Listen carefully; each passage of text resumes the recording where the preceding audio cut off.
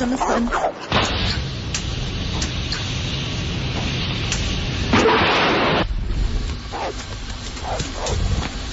He's waiting in the cottage there. I had no idea that night of the impending danger. I have always remembered since that when we stopped at the garden gate to look up at the sky, I had for a moment an undefinable impression of myself as being something different. Ever since, I connect the feeling with the rain, the distant barking of a dog, the brick furnaces, the sound of wheels coming down the miry hill, and the urgent voice of my young guide. They took him here, miss.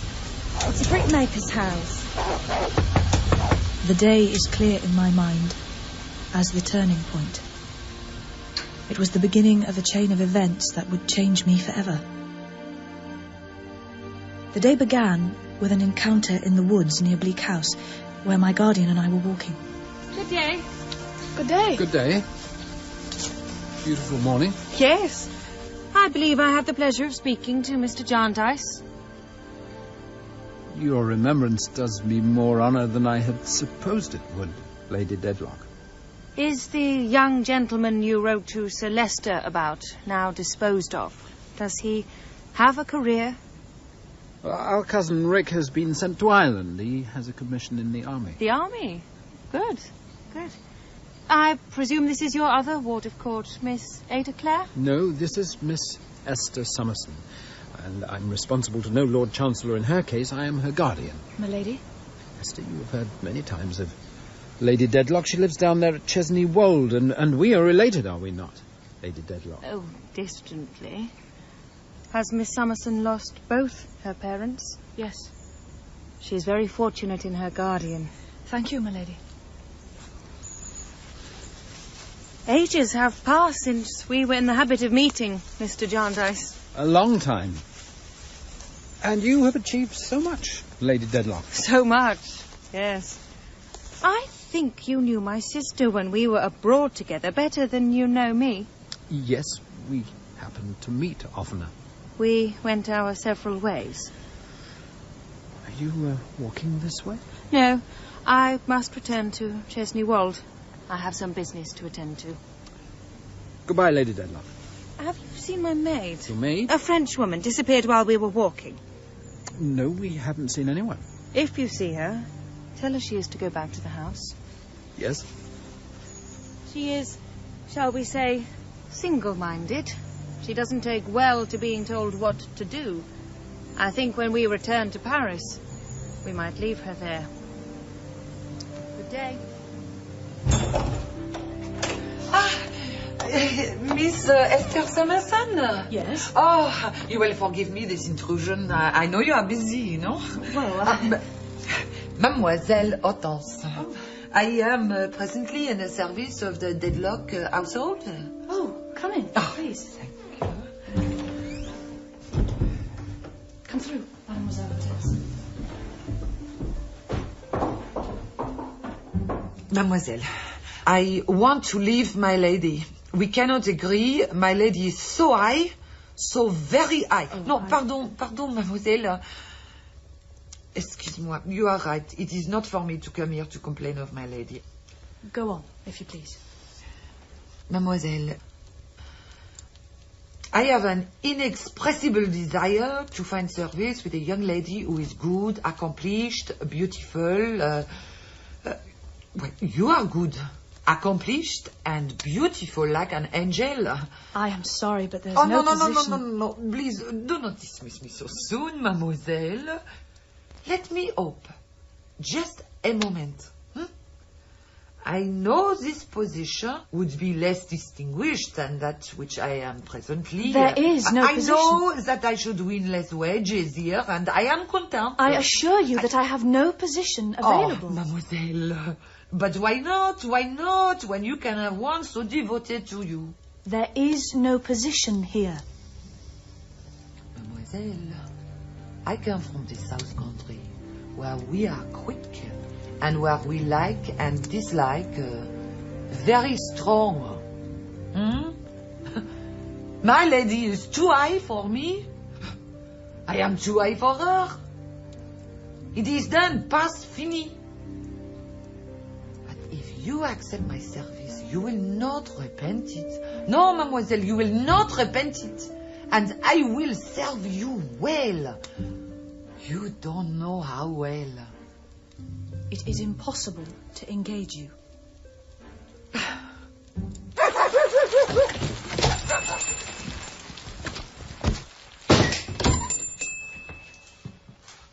My dear friend, how do you do?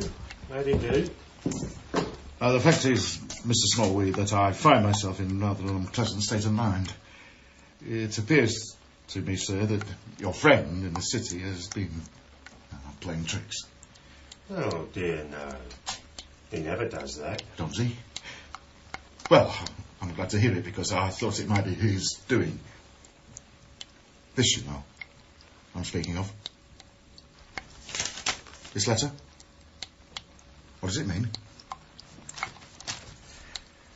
Come. You know, Mr. Smallweed, a lot of good money has passed between us, and I want to arrange this pleasantly. I mean, here am I. I will settle this matter on the spot, if you please, Mr. Smallweed, in the usual way, and you'll ease my mind. Oh, good gracious. Oh, but I think you asked me, Mr. George. I think you asked me, what did the letter mean? Well, yes, I did, but I don't get to know particularly how arrangements still stand. That's what it means, my dear friend. I'll smash you. I'll crumble you. I'll powder you. Go to the devil. Go to the devil. I'll have no more of you. I don't have the money. You should have thought of that when you refused my simple request. Request? To provide a sample of Captain Alden's writing. You refused. You wouldn't tell me why. He owes me money. That's why, you fool. I want him found. You didn't tell me it was a condition. Your debt has been called in. If you have anything else to say it to my lawyer. Come, my dear friend. There's a chance for you. What do you want with me? That your ladyship would have the kindness to oblige me with a little conversation. You are, of course, the person who has written me so many letters. Several, your ladyship. I am William Guppy. I am, as I told your ladyship in my first letter, in the law, Kensington Carboy of Lincoln's Inn. You'd better sit down. William Guppy. Thank you, ladyship. Now, your ladyship. Oh, yes. I place myself entirely in your ladyship's hands. If your ladyship were to make any complaint to Kensington Carboy or to your lawyer, Mr. Tulkinghorn, of the present visit, I should be placed in a very disagreeable situation. That I openly admit. Consequently, I rely on your ladyship's honour. Don't concern yourself. Yes, thank you, ladyship. It's quite satisfactory. Now, has your ladyship ever happened to hear of or to see a young lady by the name of Miss Esther Summerson? I have seen a young lady of that name. She lives nearby, at Bleak House. Does it strike your ladyship that she is like anybody? No. I think your ladyship can hardly remember Miss Summerson's face. Oh, I remember the young lady very well. Your ladyship, I do assure you that having Miss Summerson's image imprinted on my art, which I mention in confidence, it strikes me that she is very like someone. What do you want? Your ladyship, there is a mystery about Miss Esther Summerson's birth and upbringing. Now, as I have already mentioned to your ladyship, Miss Summerson's image is imprinted on my art. If I could clear this mystery for her, or prove her to be well related, why, I might make a sort of claim upon Miss Summerson. Or she might look upon a certain proposal I have made to her with more favour than she has exactly done as yet. Now, as is the practice of us professional men, I've been working hard of late, studying all the files we have on Miss Summerson, Kenjan Carboy, my firm, has been involved with her since she was very young, even before your neighbour, Mr. Jarndyce, took charge of her. And I have discovered in the files a strange detail. Esther Summerson was brought up by her aunt, a Miss Barbary, your ladyship. Did your ladyship ever happen to hear of a Miss Barbary? I don't know. I think so. Yes. Was Miss Barbary at all connected with your ladyship's family? Well, not to your ladyship's knowledge, perhaps. Possibly. But might be. Yes. Yes, very good. Now, this Miss Barbary, it seems, possessed not a single relative, and being in poor health, made through Kenjan Carboy, though this was before my time, some arrangement for Esther Summerson to live with Mr. Jarndyce should Miss Barbary die. Now, this is where I come to my discovery. On one occasion, and only one, she seems to have referred in a letter to her charge, not as Esther Summerson, but Esther Horden. Really? Your ladyship is acquainted with the name of Horden? I have heard it before. Is it a name of any remote branch of your ladyship's family? No. Does the name Nemo mean anything to you? Nemo? Nemo. It means no one. Did you hear of a man found dead recently at his lodging near Chancery Lane? No. No? It was in the papers. There was an inquest into the death. He was a law writer, clearly in great distress. Name unknown. He called himself Nemo. Really, Mr. Guppy, is any of this relevant? Perhaps you could tell me that, my lady. You see, I have discovered that law writer's name was Horden. And what is that to me? That's the question. Not now, Hortense. Now, your ladyship, a strange thing happened after the man's death. A servant lady, or rather, a lady disguised as a servant, went to look at the scene of action and went to look at his grave. She hired a crossing sweeping boy to show it to her. If your ladyship would wish me to have the boy produced in corroboration of this statement, I can lay my hand upon him at any time. I don't want to see any wretched boy. It was supposed, your ladyship, that Horden left no rag or scrap behind him. But he did. He left a bundle of old letters. They were taken and secreted by the landlord, Mr. Crook, and tomorrow night, your ladyship, they will come into my possession. What do you want? I could bring you these papers. What do you want? I don't know what they are, except that they are old letters. I've never had them in my possession yet. What do you want? I've told your ladyship my object. How much? No, I assure your ladyship that I am not actuated by profit alone. Yes, I have Miss Summerson's image imprinted on my art. So you say. My motive is love. Anything I can do to improve her fortunes and win her favour, I must do. Would you like me to bring you these letters? You may bring the letters if you choose. Your ladyship is not very encouraging.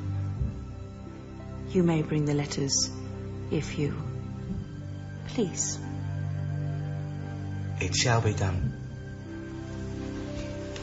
I wish your ladyship good day.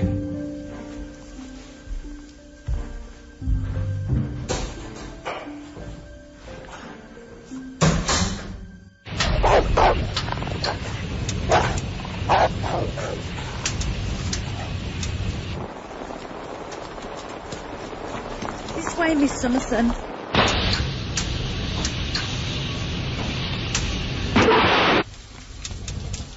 They took him here, miss. It's a brickmaker's house. He was found on the road, you said? Yes, Miss Summerson. Oh, this is Jenny, the brickmaker's wife. I wouldn't go no more to the burying ground. Ain't a going there, so I tell you. He'll soon come back to his head. I won't go no more to the burying ground. Got a high fever. I know what you've come for. Ooh. Oh, Oh, Joe, what's the matter? I won't go to the burying ground. It's all right, Joe. I won't make you do He's anything. been going on and off like this all day. I know what you've come for. Why are you I stare? won't go to the burying ground. This is Miss Summerson of Bleak House, Joe. I won't go no more to the burying ground. Oh, no, Joe. This is Esther Summerson of Bleak House. Oh, she looks to me like the other one. Tell me how you're feeling, Joe. My head's all sleepy. And all going mad like. I'm being froze. And then I burnt up. And then froze. And then burnt up. And I'm going somewheres. When did you come here? This morning, ma'am, I found him on a corner of town. She told me down in the burying ground she came from Stolburn's. And so I took the road to Stolburn's. It's as good as another. Did you come from London? I'm going somewheres. Where are you going? Somewheres. I've been moved on and moved on. And they're all watching and driving me off. Move on, move on. And I'm going somewheres. That's where I'm going. I'm going somewheres. What's to be done with him? I can't keep him long. I don't want no shelter. I'm there amongst the warm bricks.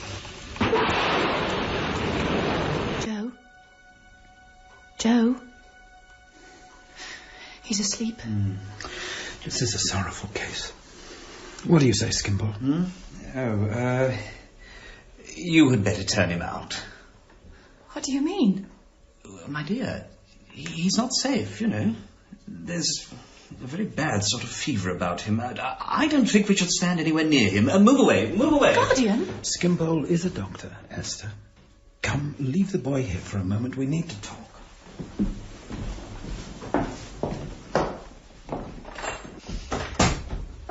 If you put him out on the road, you only put him where he was before. He will be no worse off than he was, you know. Even make him better off, if you like. Give him 6pence or 5 shillings or £5.10. You're the arithmeticians, I'm not. Get rid of him. And what is he to do then? Well, upon my life, I've no idea, but I have no doubt he'll do it. Perhaps he should commit a crime. What? Well, then he would go to prison and be as well taken care of as any sick boy in the kingdom.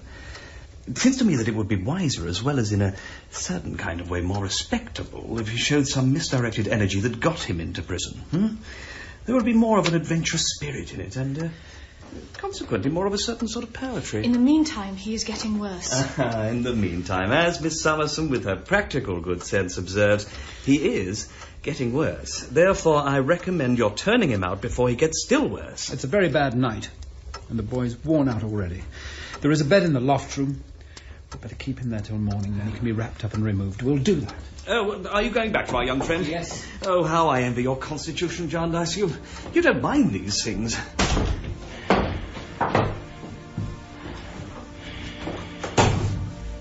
Well, old chap, how are you feeling? Not so bad, sir. I'll tell you what. We're going to put you to bed. I don't want no bed. Come on, Joe. We need to make you well again. Come on, Joe.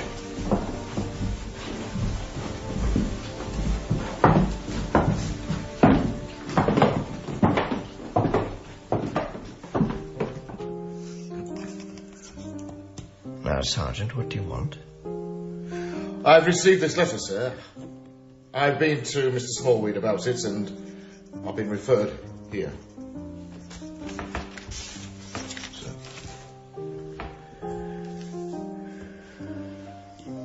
I have nothing to say to you. If you get into debt, you must pay your debts or take the consequences. You have no occasion to come here to learn that, I suppose. I'm sorry to report that I do not have the money. Very well, then you must get it or you will be sued for it. You have had the money and must refund it. You're not to pocket other people's pounds, shillings and pence and escape scot-free. I hope, sir, that you will have the good... I tell you, Sergeant, I have nothing to say to you. I have no time to waste. Well, sir, if I could come through this matter, I should have no help for it but to give up without any other consideration what you wanted of me the other day. Have you got it here? I've got it here, sir. Sergeant, make up your mind while I speak to you, for this is final. After I have finished speaking, I have closed the subject and I won't reopen it. Understand that? You can leave here for a few days what you say you have brought here if you choose. You can take it away at once if you choose. In case you choose to leave it here, I can do this for you. I can replace this matter on its old footing, and I can go so far besides as to give you a written undertaking. Have you decided?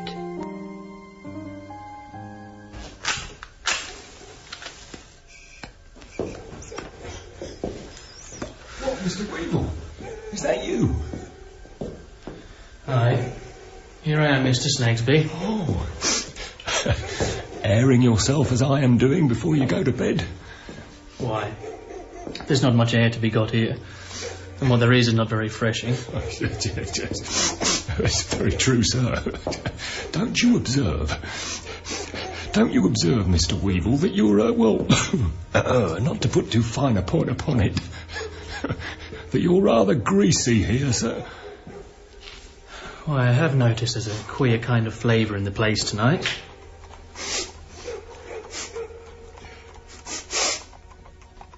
I suppose it's chops at the Soul's Arms. Oh, chops, do you think? I suppose it is. The cook has been burning them, sir, and I don't think, not to put too fine a point upon it, that they were quite fresh when they were shown the gridiron. That's very likely. It's a tainting sort of weather. It is a tainting sort of weather, and I find it sinking to the spirits. Yes, uncomfortable. Yes. It is uncomfortable. It gives me the horrors. Yes. Well, then you see, you live on your own in that room. I couldn't live in that room alone like that. I should get so fidgety and worried that I would be driven to come to the door and stand here all evening. But then you didn't see in your room what I saw there. That makes a difference. I know quite enough about it. It's not agreeable, is it?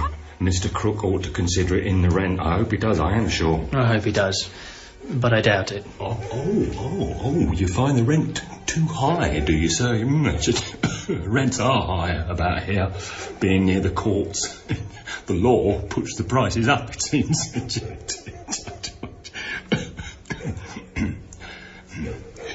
It's a curious fact, sir, that he should have been... Who's he? The deceased. You know, Nemo, who lived, died in your room.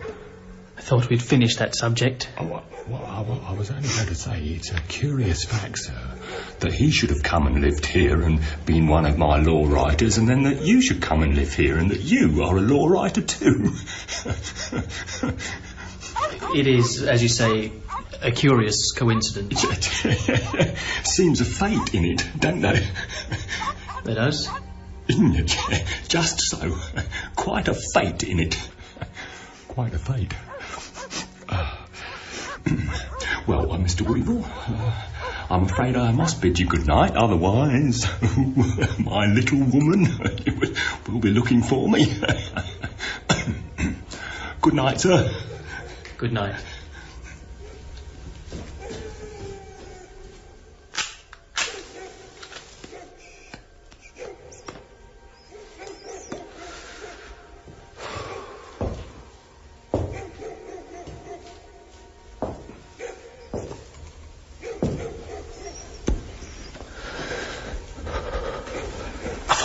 Chatting to him all night. You're late. I was waiting for him to go. Still late. I'll be waiting an hour. Let's go up.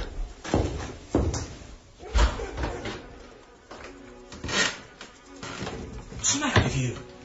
I don't like it here. Gives me the horrors.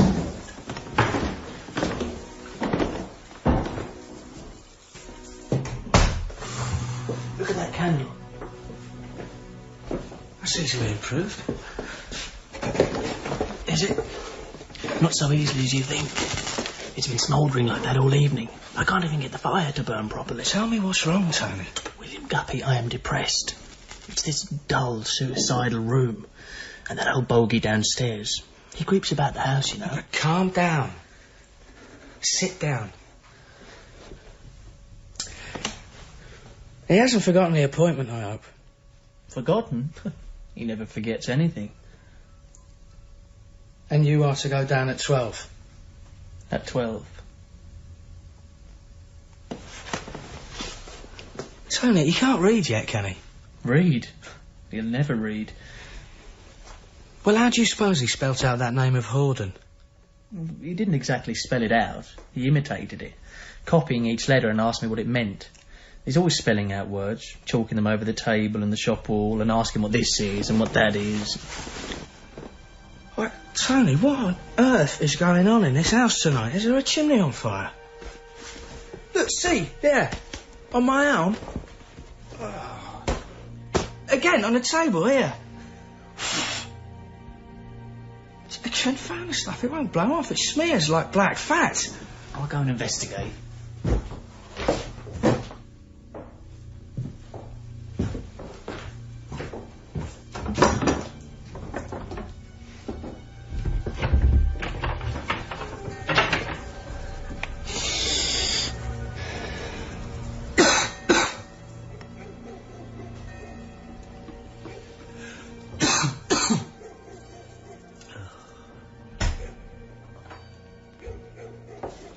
Seems to be all right. All's quiet. It's probably someone cooking chops at the Soul's Arms. So your arrangement with him is that you are to bring him the letters to your room, read them, and tell him all about them. That's the arrangement, isn't it, Tony? Can't speak too low. Yes, that's what he and I agreed. I'll tell you what, Tony. You can't speak too low. I'll tell you what. The first thing to be done is to make another packet like the real one, so that if he asks to see the real one while it's in my possession, you can show him the dummy. And suppose he detects the dummy as soon as he sees it, which is about 500 times more likely than not. Then we'll face it out. They don't belong to him, they never did. He stole them from his tenant's room. They should have been handed over to the coroner. You found that out and you placed them in my hands, a legal friend of yours, for security. Tony, don't look like that. You're not doubting me, are you? I don't understand what we are going to get out of it. How's it likely to be profitable? Tony, all I ask is that you leave that to me and trust me, your friend. Yes? Yes. Your friend is no fool, Tony. Oh, what in the devil's name is this? Look at my fingers, they're yellow. What have you been doing here? What have you been pouring out the window? Am I pouring out the window? Nothing, I swear. Here, look, get a candle.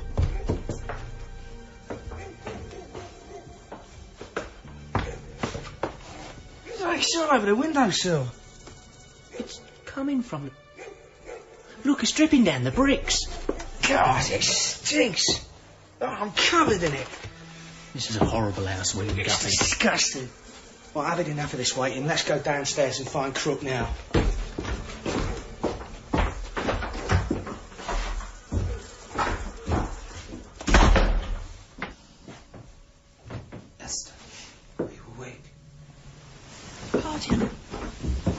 Is there anything wrong? No, Esther, don't upset yourself. It's the boy. Is he worse? He's gone. Dead? Dead? No, not dead. He's gone away. Gone away? But we locked his door. Don't upset yourself. He couldn't have got out on his own. No, we've sent a search party out. How could he have gone?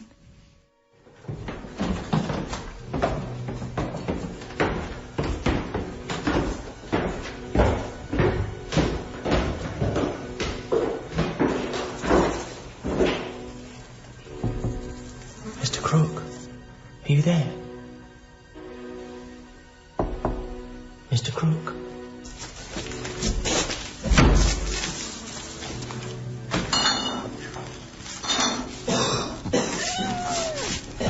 What's that? Lady Jane. It's Cat. Well, what's wrong with her? She's a cat. Oh, we need to get some out here. Mr. Crook! It's me, Mr. Weevil. Lieutenant. Mr. Crook, what's the matter with that cat? Look at her. Well, what's she after? Hold up the lights. It's a burnt patch of floor. It looks like someone's burnt something. What's this? Charred log? No, it's still smouldering. The whole room's covered in ashes. I'm sticking to the floor. What's on my boots, Guppy? Looks like grease. Grease. That's not a log. It's Crook. He's smouldering all over the floor.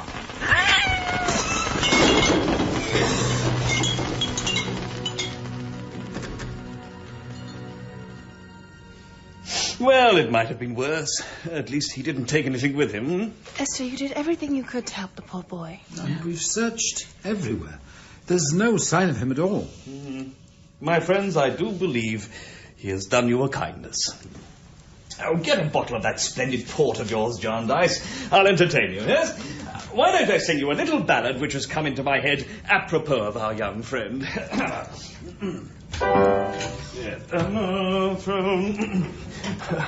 The peasant boy.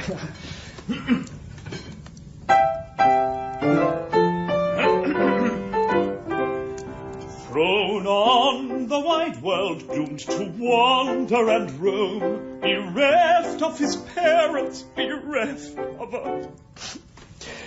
This song always makes me cry. A stranger to pleasure, to comfort and joy, behold little Edmund. Esther, what's the matter? Poor peasant boy. I can't hold myself still. Oh, You look exhausted. Let's get you to bed. No, I'll go alone. Esther! Oh, pity. Wait! Kate, I don't want to alarm anyone. I think I'm ill. Esther. I will go to my room and lock the door. I will stay there until I am well. Bring my food and leave it outside. But Esther, I can help you to get better. Don't attempt to come in. I won't let you in. Nor anyone else. Now, go back to the drawing room, love, and tell our guardian. But calmly, my dear. All right? Pity, oh pity, the poor peasant boy. Oh pity, oh.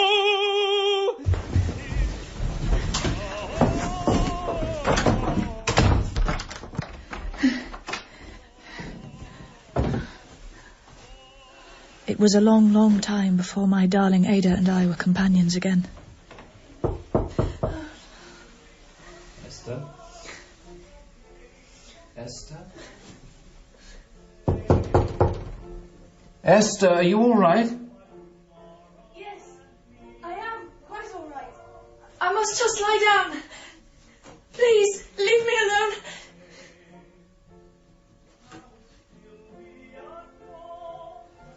Within 12 hours, I was very ill. At first, my greatest anxiety was that my housekeeping duties were unperformed, but these thoughts were soon as far off as my godmother's house.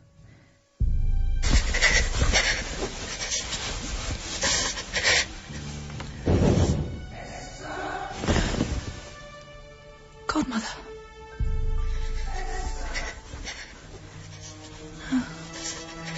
I had never known before how short life really was,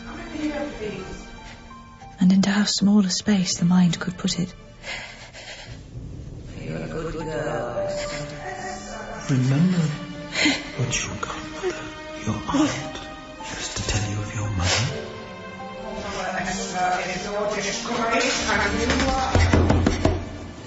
Esther! This person is not related to any party in the Jarndyce. I saw you, my dear. Esther? Often at the new saw me. And degraded from the mass of his evil and as Esther? how she bred you secretly from birth. Pray daily that the sins of others be not visited upon your head. Esther! Esther! Esther, can you hear me? Esther, let me in. Esther, unlock the door and let me sit beside you. Oh.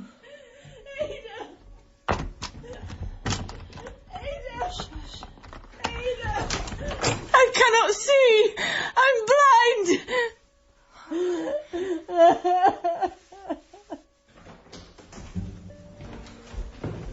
Mr. Guppy, my lady. Thank you, Hortense. I beg your ladyship's pardon if this is an inconvenient time. I told you you could come at any time. Oh, thank you, ladyship. Yes, your ladyship is very affable. You can sit down. I don't know, your ladyship, that it's worthwhile my sitting down and detaining you, for I have not got the letters I mentioned. In short, your ladyship, the person who is to give me the letters has come to a sudden end, and... Where are the letters? I believe the letters were destroyed with the said person. You believe? Yes, I believe so, yes, your ladyship. Is this all you have to say, Mr. Guppy? I think so. You had better make sure that you wish to say nothing more to me.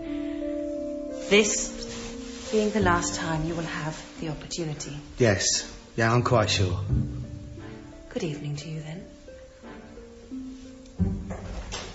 Hortense, see Mr. Guppy out. My lady, Mr. Tulkinghorn is here. I beg your pardon, Lady Dedlock. I beg your pardon 1,000 times. I did not realize you had company, so I came straight through. Stay.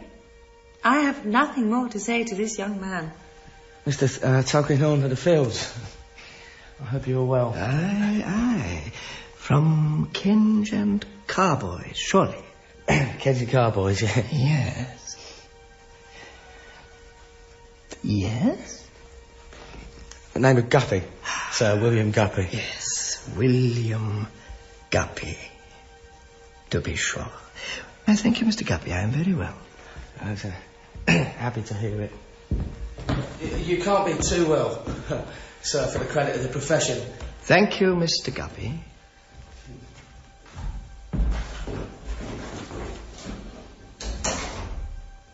Have you come to see Sir Leicester? No, I have come to see you, my lady. What about? Has my cause been on? Jarndyce and Jarndyce. Oh, it's been on. Nothing settled? Nothing settled, referred back, as usual. Now, I have come to see you about another matter. Do you remember, Lady Dedlock, your interest in the law writer? Law writer? Yes, the one who died, Nemo. Yes, I remember something of it. I have come into possession of a letter in the same hand. It seems our man was a captain in the Navy.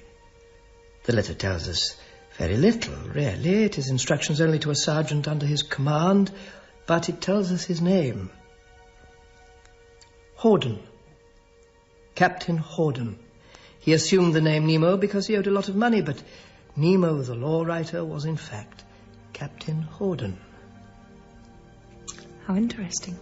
Yes, I thought you would be interested. I do not know exactly how long my illness lasted. It seemed one long night, but I believe there were both nights and days in it. In my weakness, I was too calm to have any care for myself, and I would not have feared dying. But when one morning the light twinkled on me once more, and I knew with boundless joy that I should see again, my strength too began to return, and instead of lying with so strange a calmness, watching what was done for me, I helped. Ada, there's something missing in the room, surely. Oh, really? I don't think so. Have you moved the pictures around? Yes. Yes, I think I did. You think you did? Yes, I thought we needed a little change. It's not the pictures. Ada, where's the mirror? It matters very little to me what I look like. I can do without my old face. Oh, Esther, my love. You've removed the mirror to protect me? Yes. Have I changed so much? No, of course not. How much have I changed? A little bit, Esther. Where's the mirror? It's too early. I want to see my face. Let down your hair. That's it.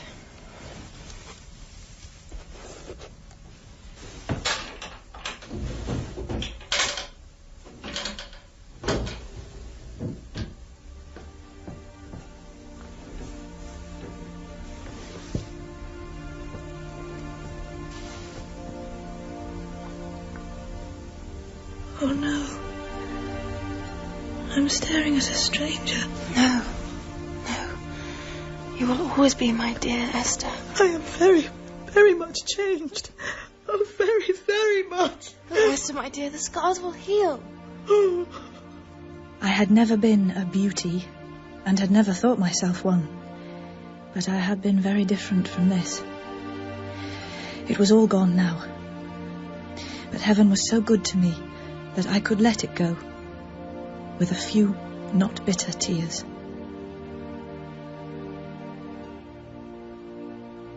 My dear Miss Summerson. Oh, dear me. I have nothing here but documents. Here, Miss Blight. Borrow my handkerchief. Oh, thank you, my dear. Aren't you expected in court today? Oh, Miss Blight has walked all the way from London. Oh, it's nothing, really. Oh, it is a pleasure to see you well again. I'm crying with pleasure, my dear. Not the least pain. I am so much fonder of you, my love, than of the Chancellor. Miss Blight, sit down. Oh, yes. Thank you. Chancellor. Oh. You have been attending on the Lord Chancellor many years, though, haven't you, Miss Blight? Oh, many, many, many years, my dear. But I expect a judgment shortly. My father expected a judgment. My brother, my sister, they all expected a judgment. The same that I expect. Would it not be wiser to expect this judgment no more? Of course it would. And to attend the court no more? Equally, of course. Very wearing to be always in expectation of what never comes, my dear. But there's a dreadful attraction in the place. You can't leave it, and you must expect. This is really not so. Oh, it is, I. Why must you expect? Let me see. Well, I'll tell you my own case. Before I had been to the Court of Chancery, before I had ever seen the Chancellor, my sister and I were seamstresses. Our father had a builder's business, very respectable. First, our father was drawn into it slowly. In a few years, he was a fierce, sour, angry bankrupt without a kind word or a kind look for anyone. Oh, he had been so different, my dear. He was drawn to a debtor's prison. He died there. Then our brother was drawn swiftly to drunkenness and rags and death. Then my sister was drawn in. Then I was drawn in too. Yes. I expect a judgment shortly. Then I shall release my birds, you know. Oh, yes. But, my dear, you have not congratulated me on my physician. Positively not once yet. I'm sure I don't know what you mean. My physician, Mr. Woodcourt, my dear, who is so exceedingly attentive to me. But Mr. Woodcourt is at sea heading for China. Oh, but my child, is it possible that you don't know what has happened? What? Not what everybody has been talking of, my beloved Esther. No, you forget how long I've been here. Well, my dear, there has been a terrible shipwreck over in those East Indian seas. Mr. Woodcourt, shipwreck? Don't be alarmed, my dear. He is safe. My dear physician was a hero, saved many lives. The whole country rings with it. Wait, where's my bag of documents? I've got it there, and you shall read it. You shall read it. Here, in hunger and thirst, he wrapped naked people in his spare clothes. And now I must part with the little secret I have thus far tried to keep. I had thought sometimes that Mr. Woodcourt loved me, and that if he had been richer, he would perhaps have told me that he loved me before he went away. I had thought sometimes that if he had done so, I should have been glad of it. But how much better it was now that this had never happened. What should I have suffered if I had had to write to him and tell him that the poor face he had known as mine was quite gone from me, and that I freely released him from his bondage to one whom he had never seen? Worshipped him. They fell down at his feet when they got to the land and blessed him. Oh, it was so much better as it was. There was nothing to be undone. No chain for me to break or for him to drag. Is Miss Summerson at home? Miss Summerson is resting. Yeah, I heard she'd been unwell. I hope she's on the mend. She's much better, thank you, for your good wishes, Mr. Guppy. Will she see me? Well, I don't mind waiting. she's quite frail, Mr. Guppy. Miss Clare, I don't mind telling you that the last few weeks have been a misery for me. See, ever since I first met her, Miss Summerson has occupied my thoughts. Did she tell you of a certain proposal I made to her? She mentioned it, yes. Well, since then, I've been working on her behalf. And I think what I've discovered may encourage her to look on my proposal with more favour than before. I love her, Miss Clare. Her image is etched upon my heart. Come in, Mr. Guppy. Much obliged. Please, sit down. Thank you.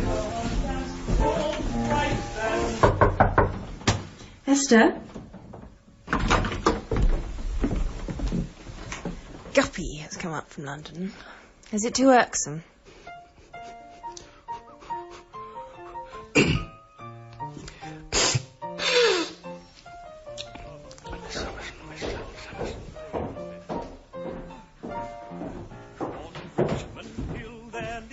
Come through, Mr. Guppy. Miss Summerson is waiting for you. You're most kind, I'm sure, miss. In here. This lass so neat, with smile so sweet, has won my right goodwill. Miss Summerson, I've been sick with worry. I thank God you have been delivered from the clutches of death. Thank you, Mr. Guppy. Miss Summerson, I can't stop thinking about you. You're in my dreams. Your image is imprinted on my... I beg your pardon, but the light, it seems to be playing strange tricks. My face, Mr. Guppy.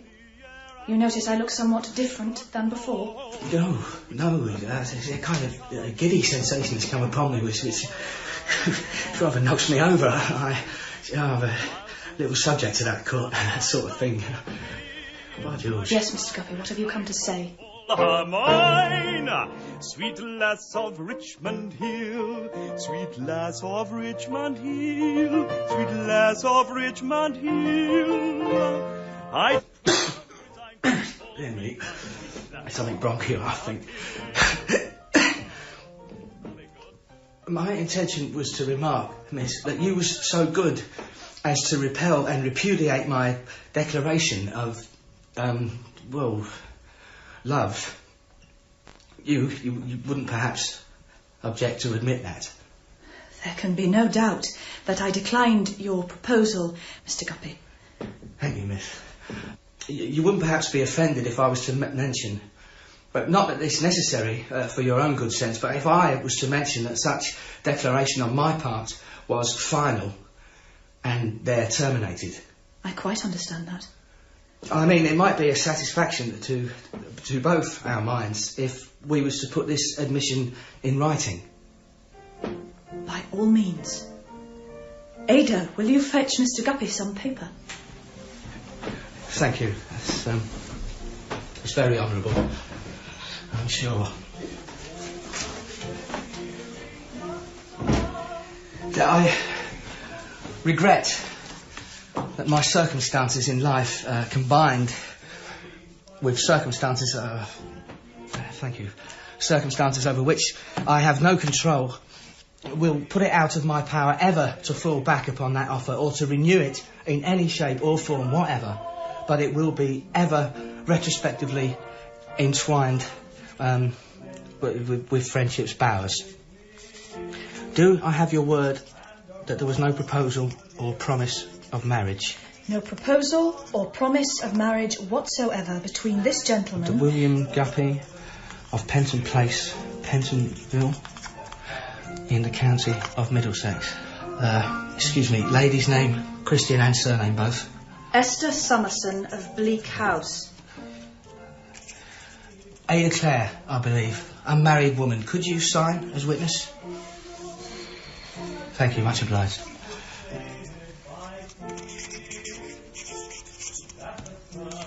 Have you finished, Mr. Guppy? Yes, thank you. I will show you out. Goodbye, Miss Summerson. Goodbye, Mr. Guppy.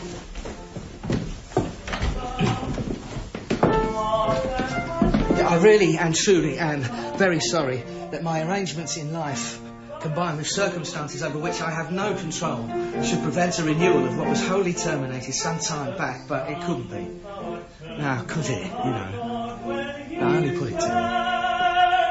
No, it couldn't. It's very honourable of you, miss, I'm sure.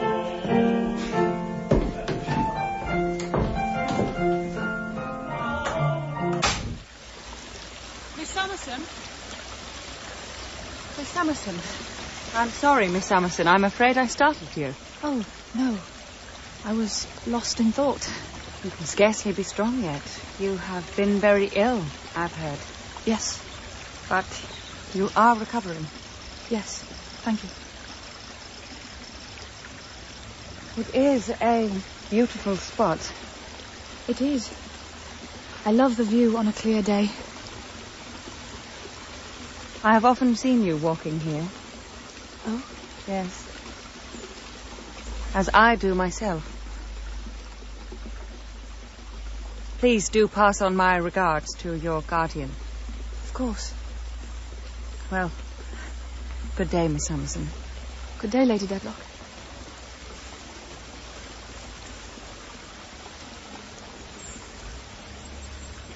Miss Summerson? Yes?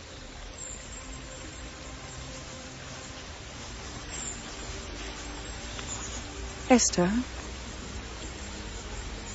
Yes? Yes? Do you know what I am to you? Yes, I think I know. You see, we can never see each other again. I see. This secret must be kept. Why? Why? I have a husband. A family name. We must never again associate. Never again exchange another word. You must consider me dead. But how can On this, I must insist.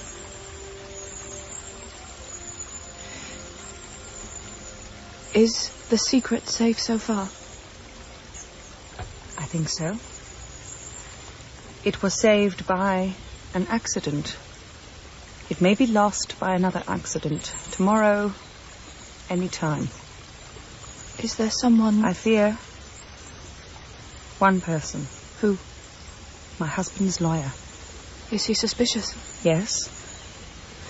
I may keep him at a standstill, but I can never shake him off. But what does he want? Want? Why, power. Mr. Jarndyce... Does he suspect? No. No, he does not. But perhaps if he knew... Confide fully in him. You have my consent, but do not tell me of it. Mr. Jarndyce may be able to help you. It is impossible. No one can help me. I must travel my road alone.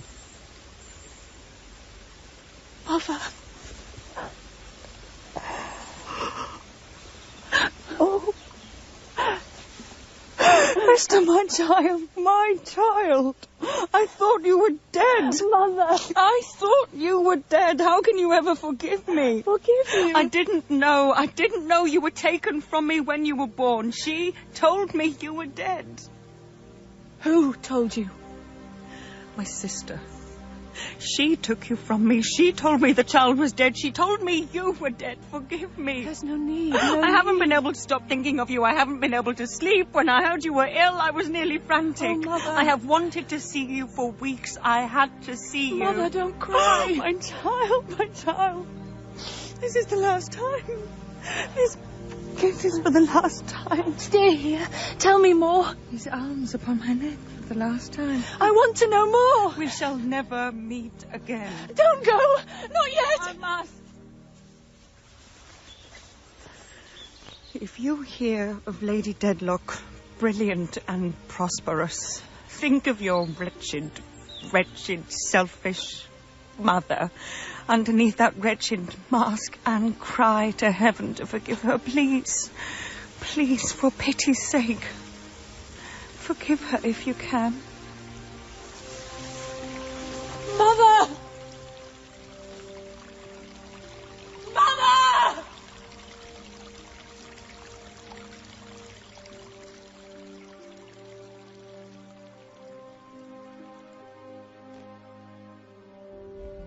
In episode 3 of Bleak House by Charles Dickens, the part of Esther Summerson was played by Claire Price, John Jarndyce by Michael Kitchen, Lady Dedlock by Daisy Beaumont, Guppy by Rob Jarvis, Tulkinghorn by Anton Lesser, Hortense by Ellie Haddington, Ada by Honeysuckle Weeks, Skimpole by Michael Fenton Stevens, Snagsby by Greg Hicks, Miss Flight by Jean Marsh, Joe by Danny Waters, George by Eamon Boland, Smallweed by Roger Frost, Weevil by Del Sinnott, and The Maid by Suzanne Rainforth.